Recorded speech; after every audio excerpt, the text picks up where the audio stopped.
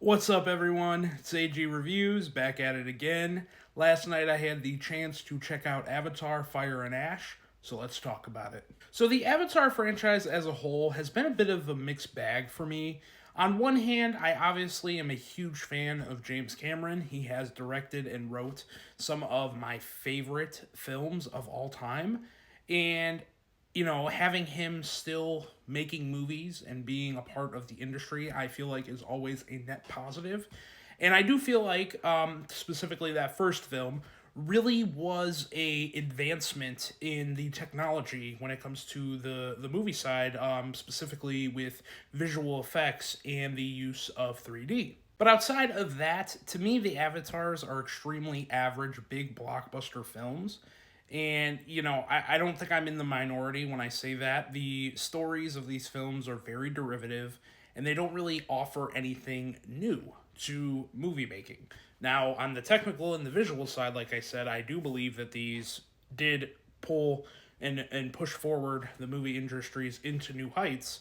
But from a story perspective, I feel like these movies leave a lot to be desired. So overall, I have been a little bit disappointed that James Cameron, in what is probably his final years as a filmmaker, has spent so much time on this series in particular. And obviously, these are films that are very successful at the box office. I mean, the first one is the most successful film of all time. The second one, I believe, almost made $2 billion. I don't have exact numbers on that. But these are wildly successful films. So clearly they're going to keep making films as long as it stays financially successful for them to do so. But I did feel like going into this film, there was a big difference in the hype around this film. I don't think it was as hyped up as Avatar Way of the Water was a couple years ago when that released. And I have a few theories as to why, which I'll talk a little bit about later in this video. But there is no denying that these films are box office juggernauts. But I was a little worried. I wouldn't say necessarily worried, but a little bit suspicious at the lack of hype going into this film. So to start off, what I thought about Avatar: Fire and Ash, we're going to talk about my positives, and the main positive is the one that is the main positive of the first two films.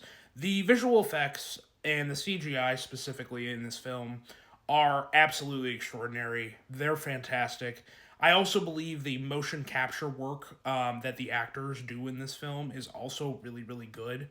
You're always taking a risk when it comes to specific performances when you have a movie like this that is completely CG. And I always feel that James Cameron in this series specifically has been able to bring good performances through the actors through motion capture with the CG. So nothing there is any different, in my opinion, than in the first two films. This movie is gorgeous to look at. I'm not someone who likes 3D. I didn't see this movie or Way of Water in 3D. But I wholeheartedly believe that James Cameron probably used 3D the best way that you possibly can with films, because I did see the first one, so many years ago when that came out in the theater in 3D, and it was absolutely exceptional. So from a visual and a technical standpoint, this movie is gorgeous. See it on the biggest screen that you possibly can if you're gonna go see it. It's just absolutely gorgeous, and to me, that's what these movies provide, is a one of a kind theatrical experience. You're not going to go to a movie theater and see any other type of movie that is going to look this gorgeous and look this well on the movie theater screen. And another positive that I can give the series as a whole is that I really do feel like there are some really good action scenes in the franchise as a whole, and I think that carries over to this as well. I actually think that this film is probably the most action centric and action heavy of the three films, and I did enjoy that. I thought it brought a little bit more stakes, a little bit more intensity that you've gotten in the previous films before it. So yeah, I actually enjoyed what they gave us for the action sequences in this film.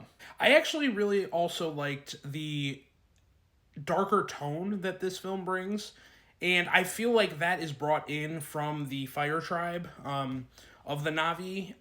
You know, the main villain up here. I'll be honest, I'm blanking on the name, which probably isn't really too good of an indication. But I do really like the elements that involved the Fire Tribe and how it did bring a little bit of a darker narrative than what we have gotten in the previous two films.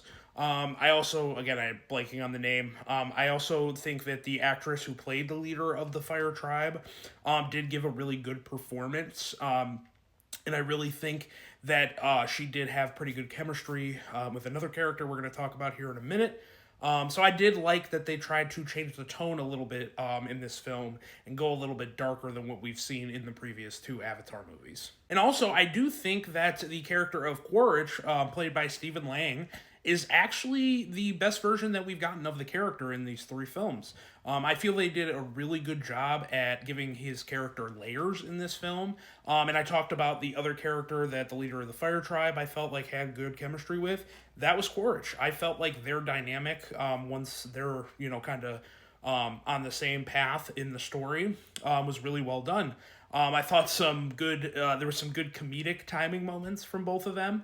And I felt like that worked really well to kind of bring a new flavor to Quaritch's character. I also think, obviously, Stephen Lang is fantastic. I'm obviously a huge fan of his. So from an acting perspective, I never thought that he was bad. I just felt like the story and the script actually did him some favors this time and made him a more layered character and have a little bit more nuance to him, which I appreciated. And then I did want to talk about as well, I know James Cameron beforehand had kind of said that with this film he was experimenting with using higher frame rates in the film. I can't really talk about that much because I don't know if that was like a per theater thing. I will say in the screening that I saw, I didn't really notice anything with it. It wasn't something that I really caught or like realized in the moment in the movie. Now I didn't see it in any like premium large formats. I didn't see it in Dolby or IMAX or anything like that. So again, I'm not 100% sure if that was something he was rolling out everywhere, and I just happened to be at a theater where I didn't see it. But I can't really give too much of an opinion on that because again, it wasn't something that I picked up on or noticed. But for me, that is where the positives are going to end on this film. And we're going to get into my negatives. And the first one and the most major one is one that I think is a negative for the entire series. And it's that the story for this film is, again, very weak. It's nothing to write home about. James Cameron has now had 3 films and over 9 hours worth of time to get me invested in this world and in these characters, and I'm being honest, he's failed to do so. And that really disappoints me to say because, like I said, James Cameron is one of my favorite directors of all time. He is responsible for multiple of my favorite movies of all time. So I really have tried to give this series a chance, but I just feel 3 times now at this point, it really hasn't worked for me from a story level and has ever really engaged me from the narrative, and I feel like it's been diminishing returns every single film that we've gotten. And honestly, what I think makes this one the worst when it comes to narrative out of the 3 films is that this one just feels really, really repetitive. It really, feels like this was like a part 2 to Way of Water, so it feels like a lot of the plot points in this film we were kind of just repeating from what we got in Way of Water. And when you have a 3-hour and 15-minute movie and it feels it doesn't bring anything new to the table and it doesn't feel like it's any different from the previous 3-hour movie that we got, that is not going to be satisfying to me in any way, shape, or form. So again, we're here at the 3rd film, and again, I feel that this movie has a very weak narrative, and he was not able to turn it around in this 3rd chapter. And also, I think another problem with this franchise is the character work. I really don't think there are a lot of likable characters. The one that I probably root for the most is Jake Sully, and he's very generic. There's nothing about him that stands out. We have Zoe Saldana's Neytiri. I don't like her. I don't know what they're trying to do here with her and with her character arc. We're kind of just repeating arcs at this point, like I said before, like what we got with Way of Water. But they, I think, do a very poor job at making me want to root for her. So, character work is very lackluster in this film. I feel like all of the children of them in this film, and this was a problem in Way of Water as well. They don't really have any real personality or real character arcs that makes them stand out. And for me, that's massively disappointing because you're centering a lot of screen time and a lot of plot elements around these characters, and I just don't care. And I know that's harsh to say, but and it's like I said, it's disappointing because it's coming from one of my favorite filmmakers of all time.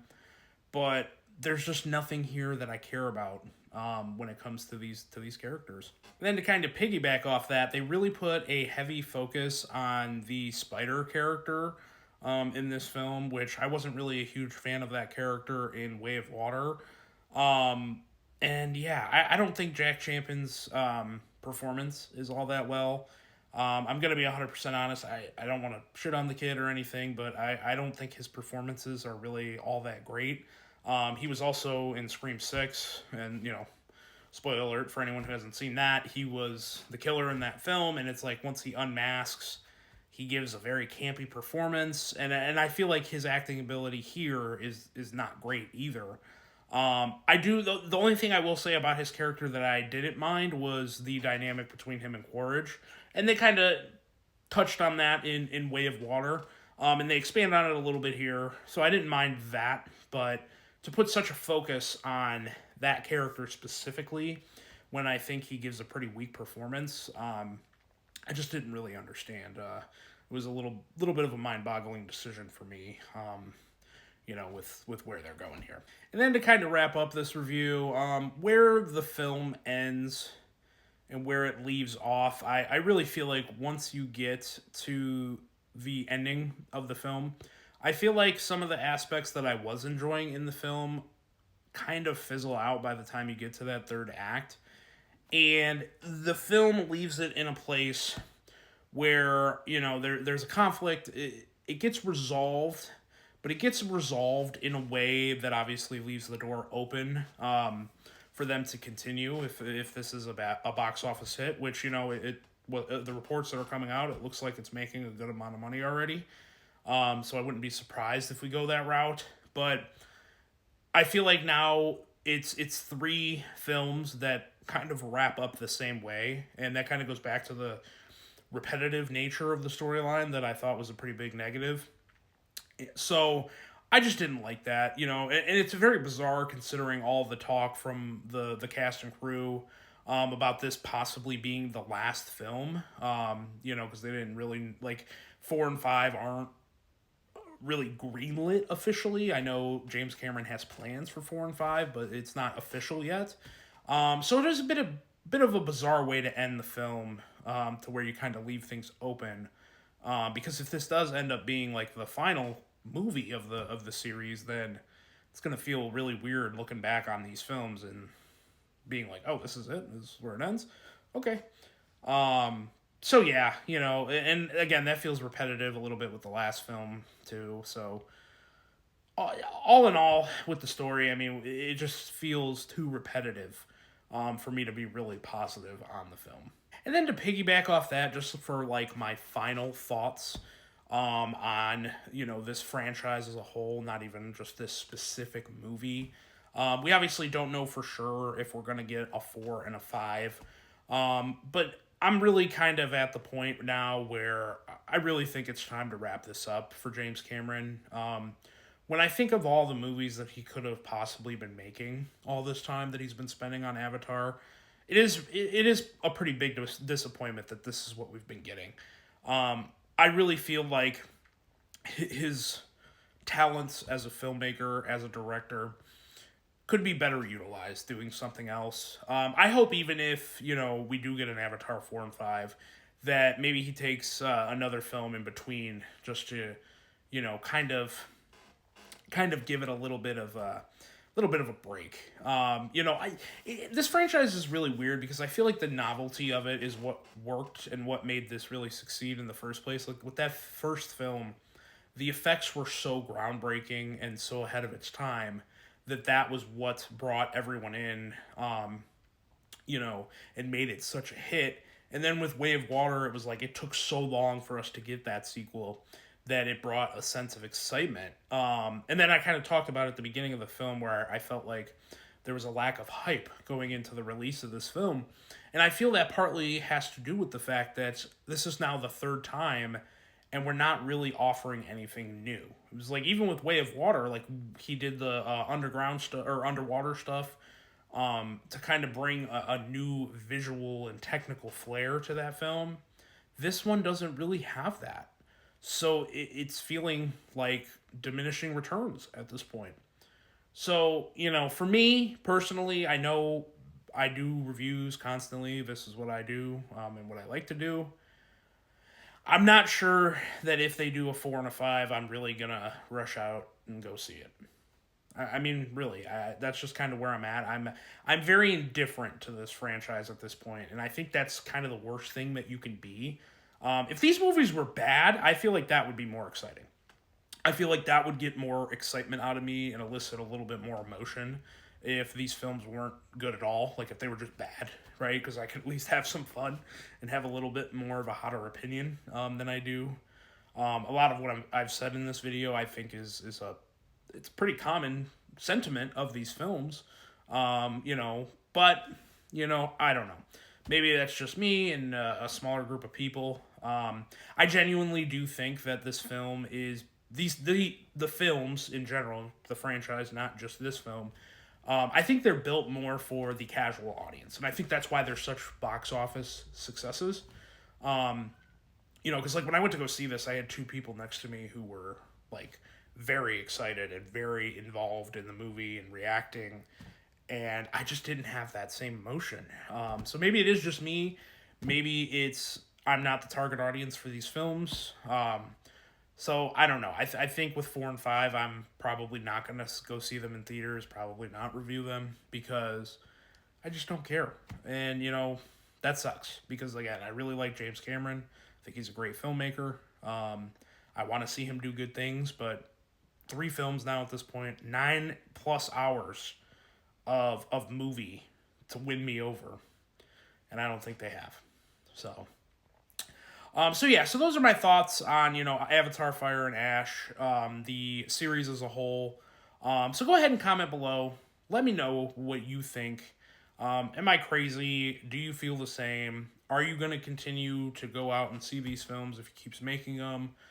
Do you want him to make something in between to kind of give a little bit of a break and give everyone a refresh? Just comment below. Let me know what your thoughts. And that's pretty much it for me today. Everyone, have a great night.